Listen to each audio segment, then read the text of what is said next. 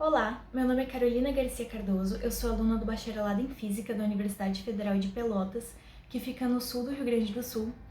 Eu tô no meu último ano de graduação, tenho 24 anos de idade, e esse vídeo é um relato sobre a minha participação no programa Aristides Pacheco Leão da Academia Brasileira de Ciências, em conjunto com a FAPESP.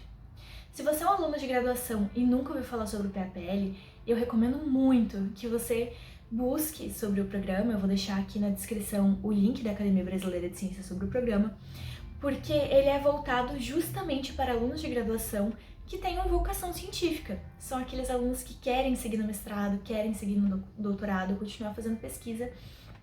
E o programa oferece estágios de curta duração para 60 alunos de fora de São Paulo irem para São Paulo e 60 alunos de São Paulo irem para outros estados, sob supervisão de professores, membros afiliados à Academia Brasileira de Ciências.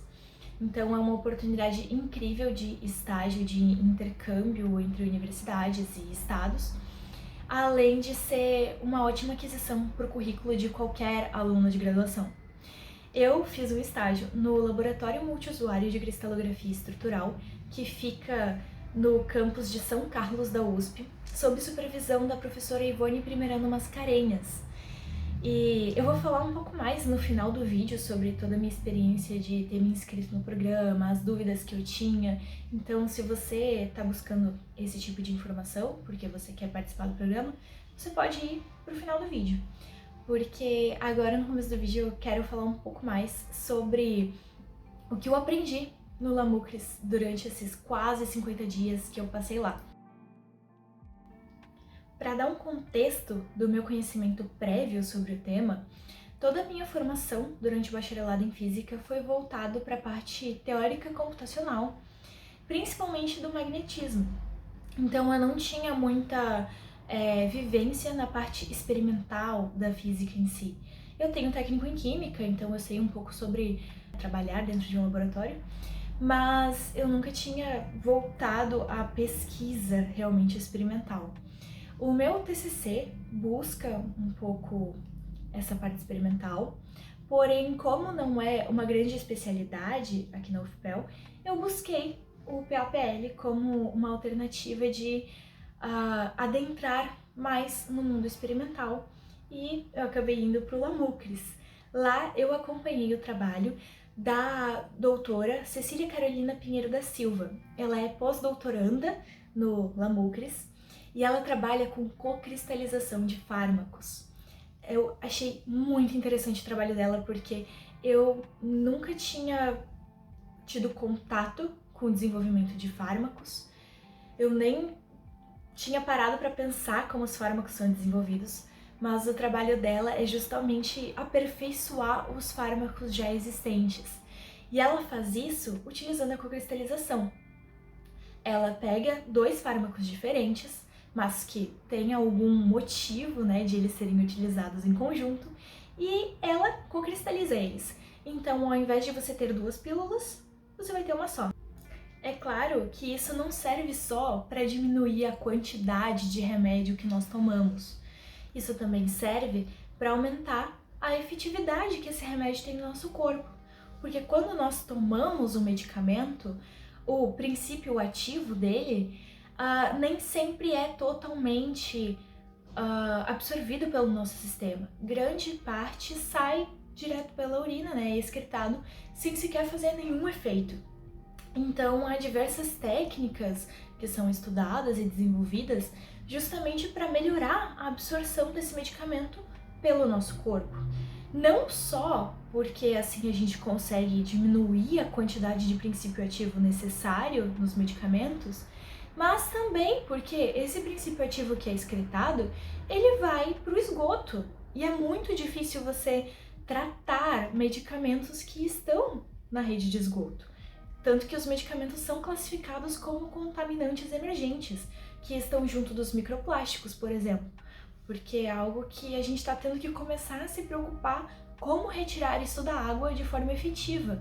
Por exemplo, uma das técnicas desenvolvidas para tentar melhorar essa absorção do medicamento é o drug delivery, que em português, né, significa meio que entrega de drogas, entrega de medicamentos, que eles buscam melhorar a tecnologia de como o medicamento é embalado, por exemplo, ao invés de ser um comprimido, eles colocam uma cápsula em gel, porque assim ele pode se dissolver melhor onde é necessário e assim o medicamento fazer mais efeito.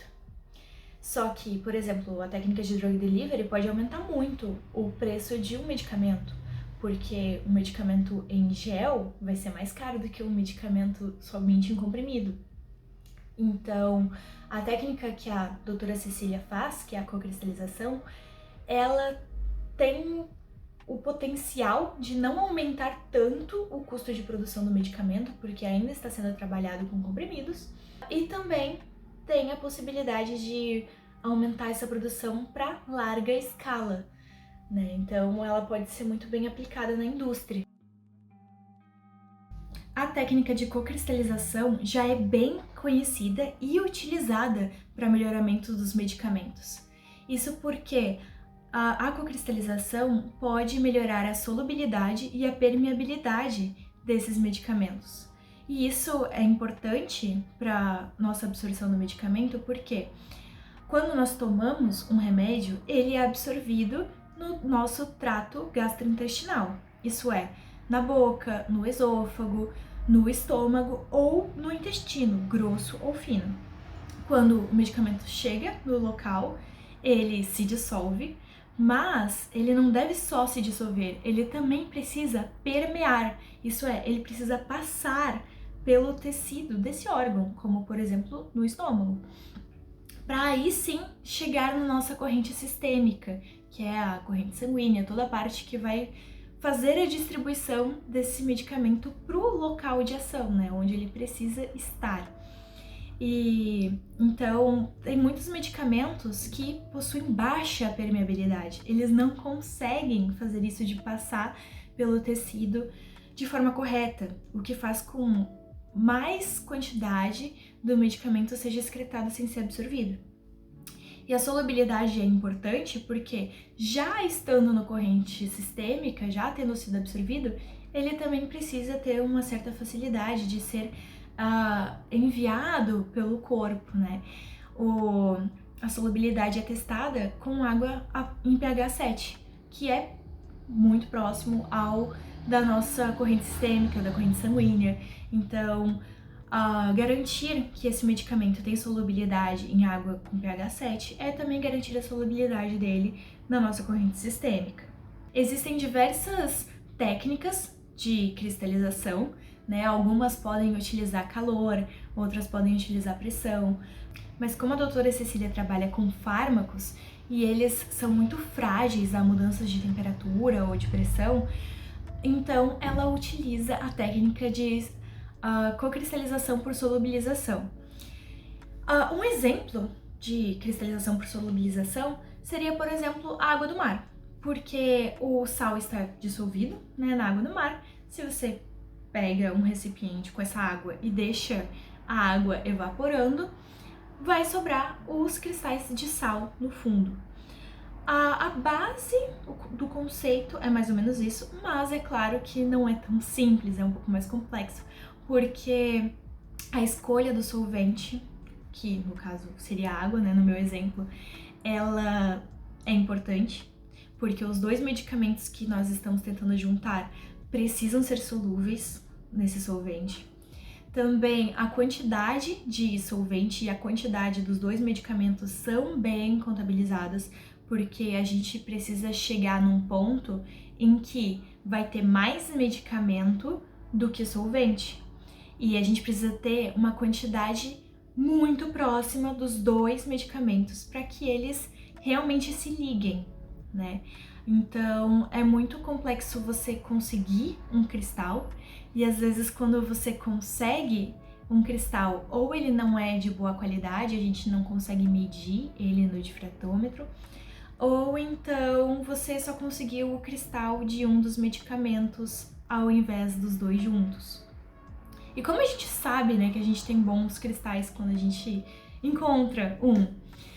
Bom, quando a gente percebe que houve uma cristalização, levamos os cristais para o microscópio para identificar realmente se são cristais, né?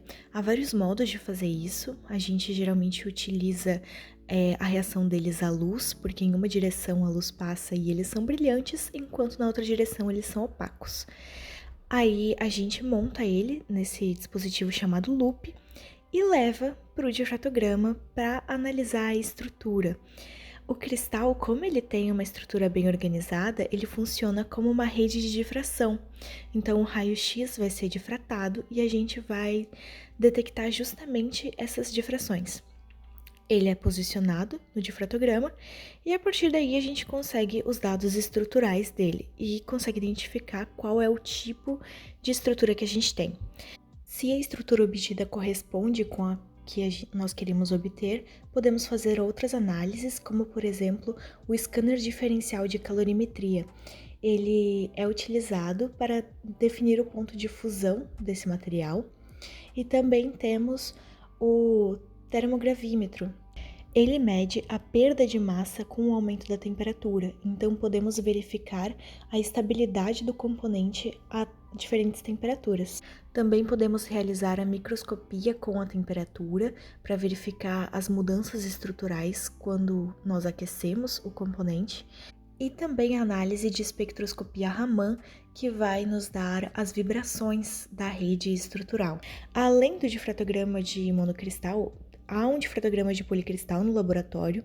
A diferença entre o policristal e o monocristal, além do material em si que é feito à medida, está nos resultados obtidos. Enquanto no difratograma de policristal nós temos um resultado com picos em 2D, né, como esse visto na imagem, no difratograma de monocristal a gente tem vários pontinhos na tela.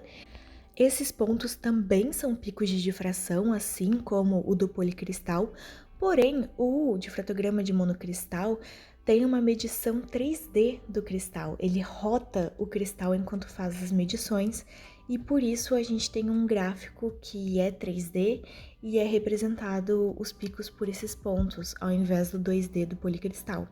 Né? E o policristal ele não movimenta enquanto faz a medição. Eu gostaria de dar um aviso que a partir daqui eu vou falar um pouco sobre medicamentos, né? Principalmente sobre a dapaglifosina. Porém, eu não sou um profissional da saúde, eu não tenho nenhuma formação na área da saúde. Esse vídeo é puramente sobre aprendizagem, sobre o que eu aprendi.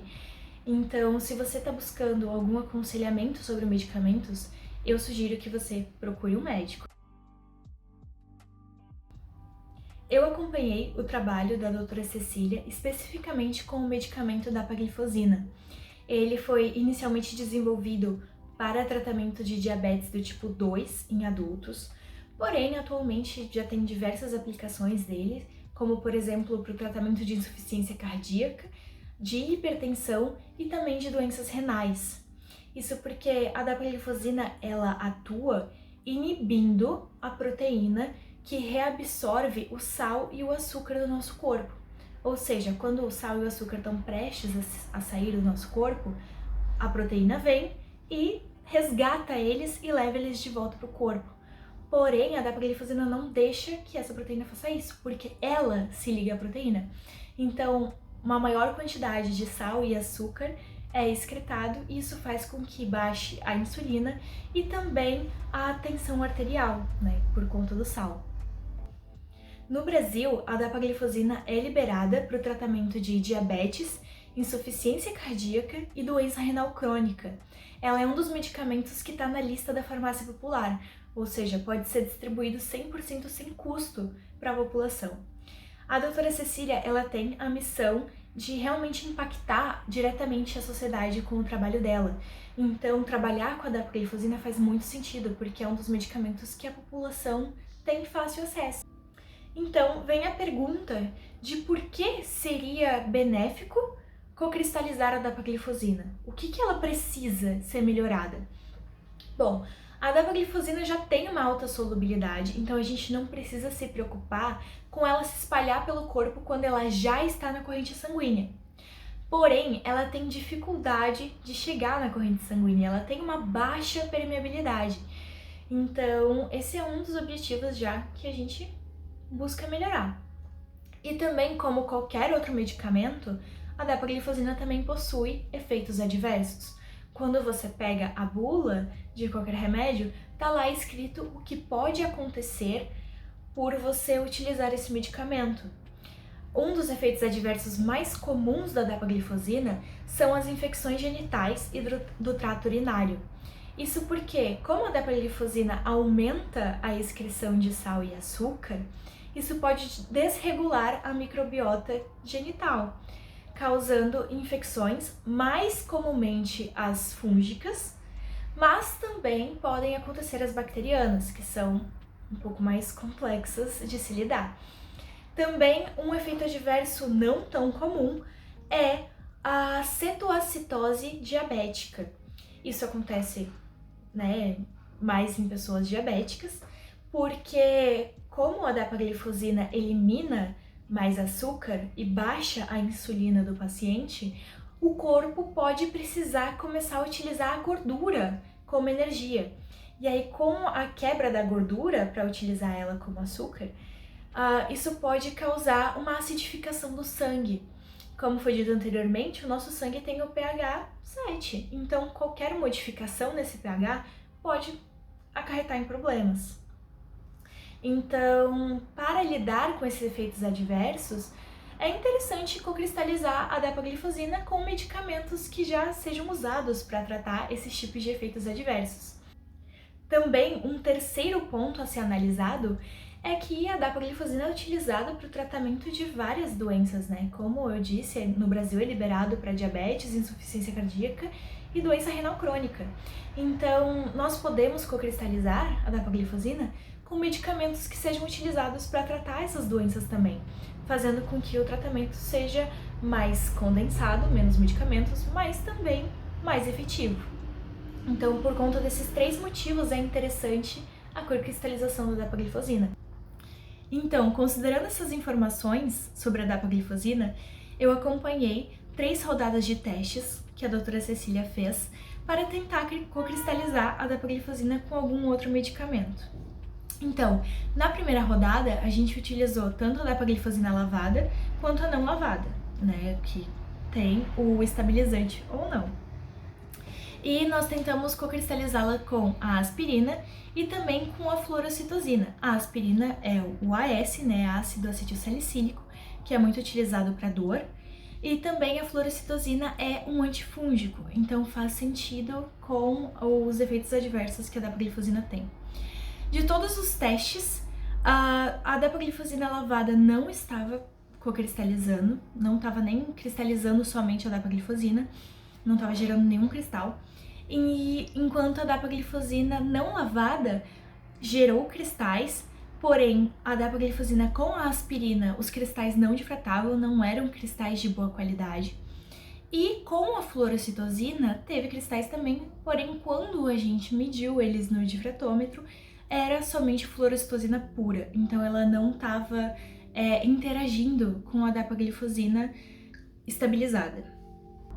Na segunda rodada de testes, como na primeira rodada a dapaglifosina lavada não estava gerando nenhum cristal, a doutora Cecília resolveu testar solubilizações, utilizar diferentes solventes para ver se a dapaglifosina lavada geraria algum cristal. Das tentativas que nós fizemos, somente a acetonitrila gerou cristais, porém eles eram cristais muito pequenos. Isso pode ter sido causado por causa da velocidade de evaporação do solvente. Então a gente refez novamente esse teste com acetonitrila, porém, mesmo com ele evaporando mais devagar, porque a gente baixou a temperatura, não se formou nenhum cristal. Já na terceira rodada de testes, a gente testou outros medicamentos, como por exemplo a pravastatina, que também é utilizado no tratamento cardíaco, e a metformina, que é utilizado no tratamento de diabetes. Então são tratamentos que fazem sentido com a dapaglifosina. Desses testes, também não foram gerados nenhum cristal e somente houve cristais com a dapaglifosina lavada e ácido maleico. Porém, quando foi colocado no difratograma para ver se era realmente cocristalização, não, era somente ácido maleico puro. Então a gente percebe que realmente é difícil obter cristais e quando a gente obtém não necessariamente é o cristal do que a gente queria. E foi muito interessante para mim acompanhar esses experimentos, porque ficou muito perceptível como fazer ciência, você não tem pessoas na internet te ensinando como se faz, você tem que guiar a sua pesquisa com base nos seus conhecimentos prévios. E isso é algo que a doutora Cecília demonstrou para mim muito bem, que ela tem confiança no que ela tá fazendo com os conhecimentos prévios que ela tem. Então foi muito interessante acompanhar todo esse processo, por mais que a gente não tenha tido um resultado realmente, ai nossa, um cocristal para depois fazer todas as outras análises. Já foi muito importante para mim participar dessa parte. E além da participação da parte experimental, eu também fiz muita pesquisa teórica, né? Eu li muito sobre a dapaglifosina durante todo o estágio, tanto que eu não sabia nada sobre ela, não sabia nada sobre cristalografia, sobre fármacos, mas depois de toda essa pesquisa eu tenho uma base melhor sobre. E também foi muito interessante ver o método científico em si, né? Porque eu sei que o método científico se baseia em os pares aprovarem o que foi feito e várias pessoas fazerem a mesma coisa e terem o mesmo resultado.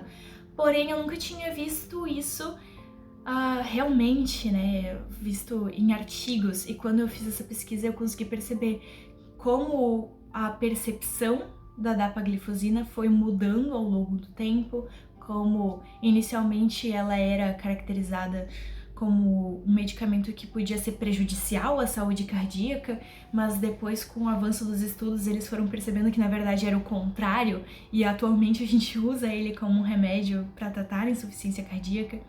Então, foi muito importante para minha formação, tanto a parte experimental quanto a parte de pesquisa científica, né, de artigos sobre o tema. Bom, e sobre a minha experiência com o PAPL desde o início, né? Eu fui conhecer o PAPL em 2025, já quando as inscrições estavam abertas, pois um professor meu da UFPEL, o Dr. José Rafael Bordim, estava recebendo uma aluna pelo programa. Ela veio de São Paulo até Pelotas para estudar com o professor Bordim. Então, o professor Bordim divulgou para os alunos também da física da UFPEL, porque ele queria que nós tivéssemos a oportunidade de tentar também. E eu achei muito interessante o projeto, quis muito participar dele desde o início, porque seria a chance de desenvolver a parte experimental do meu trabalho. Mas, assim como todo mundo que pensa em se inscrever, eu também tive dúvidas. Eu fiquei pensativa sobre se eu realmente conseguiria competir com pessoas do Brasil inteiro por 60 vagas, de se seria realmente possível que eu passasse, porque eu não tinha nenhuma produção científica relevante, eu não tinha nenhum artigo. O que eu tenho de produção científica até o momento são apresentações em eventos locais, na minha própria universidade, e eu tinha monitorias. Além disso, não tenho muita coisa científica, né? Mas com essas dúvidas em mente, eu tive a chance de conversar com a aluna que o professor Bordim recebeu, a Maria. Eu não lembro exatamente de que universidade ela é, mas se algum dia ela assistir isso, saiba que eu sou muito grata por toda aquela conversa. E a Maria me falou que quando ela se inscreveu no PAPL, ela estava no segundo semestre da faculdade dela. Então ela ainda estava no início do estudo dela e ainda assim ela foi selecionada. Então eu percebi que não é sobre você já estar inserido na comunidade científica, não é você já ter trabalhos e trabalhos, é sobre você estar buscando o que você vai estudar para o seu mestrado, para o seu doutorado, é para aquele aluno de graduação que está tentando descobrir a sua carreira científica. E como todos, né, eu fui pesquisar no Google sobre o projeto e eu vi que a Academia Brasileira de Ciências mantém um acompanhamento dos alunos que participam do projeto. Eles têm uma estatística de quantos alunos que participaram do projeto já estão no doutorado. Então, o objetivo deles com esse estágio, é realmente promover a continuação dos nossos estudos, né? Não para aquelas pessoas que já têm toda a certeza do que estão fazendo. Então, depois de conversar com a Maria, eu tive muito mais confiança de me inscrever, né? É melhor você receber um não do que você nunca saber se você passaria ou não. E para você se inscrever no PAPL, é necessária uma carta de recomendação do seu orientador ou de um professor de monitoria. Eu já tinha orientação, há muito tempo eu fazia iniciação científica, então eu peguei uma carta de recomendação com o meu orientador. E também precisa de uma carta de motivação, de por que você quer participar do PAPL. A minha justificativa era justamente desenvolver a parte experimental do meu trabalho, conhecer mais da parte experimental, e eu adicionei na minha carta de motivação dois possíveis laboratórios que eu queria, né, e eu dei a justificativa dos dois. A professora Ivone acabou aceitando me receber, foi muito emocionante ter sido aceita. Não só eu fui aceita para o laboratório da professora Ivone, mas também um outro colega, o Diego, que é de Manaus, do Alagoas, e nós dois até fomos ao mesmo tempo para o laboratório, nós compartilhamos Airbnb, então foi uma experiência muito legal de conhecer não só outro estado, mas também pessoas diferentes. Ao pensar em participar do PAPL, com certeza uma coisa que deixa todos os alunos de graduação apreensivos é em questão do dinheiro, né? A questão financeira de participar do PAPL. Nós sabemos que é recebida uma bolsa pela participação, mas no início não se tem certeza de quando a bolsa vai cair ou se vai dar tempo de pagar as coisas antecipadamente. E na minha experiência sobre isso, eu fui para São Paulo dia 2 de janeiro. Só que a passagem, a estadia, foi organizada tudo já em outubro. Então eu organizei 3 meses antes de ir. Por conta dessa antecipação de organização, eu precisei me organizar financeiramente para conseguir pagar, né, as coisas. Mas a bolsa do PAPL em si caiu para mim no início de dezembro, isso é, um mês antes do início do meu estágio. Então, se você não tem condições financeiras de organizar a sua ida antecipadamente, o que vai acontecer é que você vai ter que desembolsar um pouco mais de dinheiro, né, da bolsa, que, convenhamos, é um bom valor, quem já viu a bolsa sabe. E é o suficiente para você passar 50 dias, por exemplo, na capital, São Paulo, que é uma capital super cara, mas é o suficiente. Com certeza não há nenhum problema de pagar o custo de vida do local que você tá. Então, se você não tem condições de pagar as coisas antecipadamente, ainda assim você vai receber um mês antes a bolsa e aí você pode organizar as coisas. As passagens são reembolsadas, então você paga primeiro e depois na prestação de contas ou então durante o estágio você pede o reembolso, né? A estadia não é reembolsada, então somente o transporte é.